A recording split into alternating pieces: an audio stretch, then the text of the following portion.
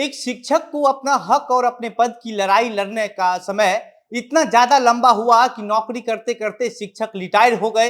कई ऐसे शिक्षक जिनकी मौत हो गई और उसके बाद अब जो है वह सुप्रीम कोर्ट की तरफ से फैसला सुनाया गया है। सुप्रीम कोर्ट में जब ये फैसला सुनाया गया है, उस समय जब केस लड़ रहे थे तो कुल 224 लेक्चरर जो है वह एक साथ मिलकर के ये केस सरकार के खिलाफ लड़ रहे थे।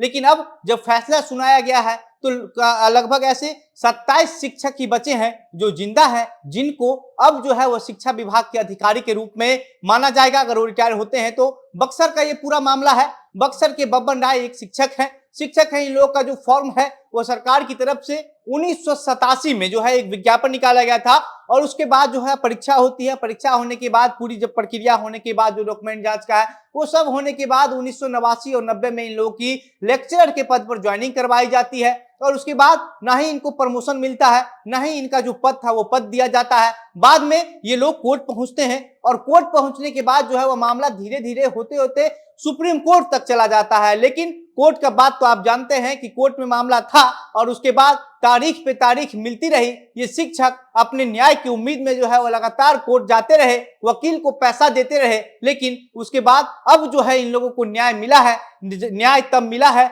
जब आधा से ज्यादा शिक्षक जो है वो रिटायर हो गए। रिटायर होने के बाद बहुतों शिक्षक की जो है वो मृत्यु हो गई है और उसके बाद अब सुप्रीम कोर्ट की तरफ से ये फैसला आया है। अब कहा जा रहा है कि उस समय से इन लोगों का जो पद मिलना था वो पद तो अब नहीं मिल पाया, लेकिन पद मिलने के समय जो है जितना सैलरी इनका दिया जाना था वह सब सैलरी जो है वह शुरू से जोड़ करके दिया जाएगा। सरकार अब जो है वह मान गई है सुप्रीम कोर्ट के फैसले के बाद। लेकिन बात वही है कि ऐसी स्थिति में जो है अब फैसला सुनाया गया है जब ज्यादातर लोग नौकरी से रिटायर हो चुके हैं और या तो दुनिया को छोड़ चुके हैं। लड़ते लड़ते लोग थक चुके थे और अब लग रहा था कि इन लोगों को कि अब न्याय नहीं मिलने वाला है। कई लोग ऐसे थे जो इस केस पे पर से जो है वह पूरी तरीके से ध्यान भी हटा लिए थे, लेकिन अब जब फैसला आया है तो इसको लेकर के जो है वह पूरी तरीके से आप ये कह सकते हैं कि लगातार चर्चा का विषय बना हुआ है कि आखिर भारत की जो न्यायिक व्यवस्था है वो किस तरीके का है। उसका एक उदाहरण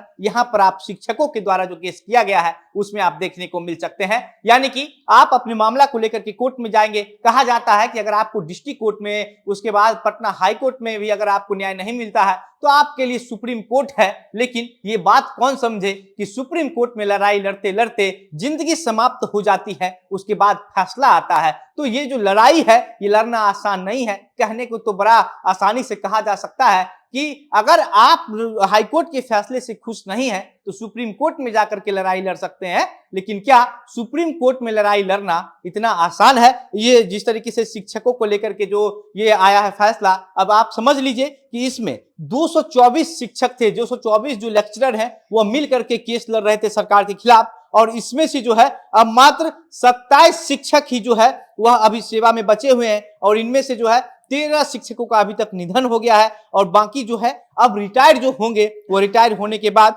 बिहार शिक्षा सेवा के अधिकारी कहलाएंगे। ये अलग बात है कि अधिकारी के रूप में इनको काम करने का मौका नहीं मिला। एक दिन भी ऐसा नहीं हुआ कि जिन्होंने जिन चीज का इन्होंने परीक्षा पास किया था वो पद इनको मिले या फिर उस पद में प्रमोशन मिले या फिर वो सैलरी मिले। लेकिन अब उन लोगों को कोर्ट ने जो है वह सरकार समायोजित करने का निर्देश दिया है, जिससे उन सभी लोगों में जो है अब खुशी की लहर दौड़ पड़ी है। उन लोगों को लगता है कि ठीक है, जिंदगी बीत गया, हमको जो हमारा पद था वो तो नहीं मिला, लेकिन कम से कम अब सैलरी जो उस पद का जितना था वह शुरू से जितना था वो जोड़ करके दे दिया जाएगा। दरअसल ये लोग जो है वह बिहार शिक्षा सेवा पदाधिकारी के रूप में जो है वह फॉर्म भरे थे। इन लोगों का उसी पद पे चयनित होना था, लेकिन जब परीक्षा पास कर जाते हैं, सारा प्रक्रिया पूरी हो जाती है, तो इन लोगों को जो है वह बक्सर के बीपी स्कूल के जो है वह +2 स्कूल का जो है वह लेक्चरर बना दिया जाता है और उसके बाद से अब तक लगातार ये लोग लेक्चरर के पद पर ही काम कर रहे होते हैं। ना इनको प्रमोशन मिलता है,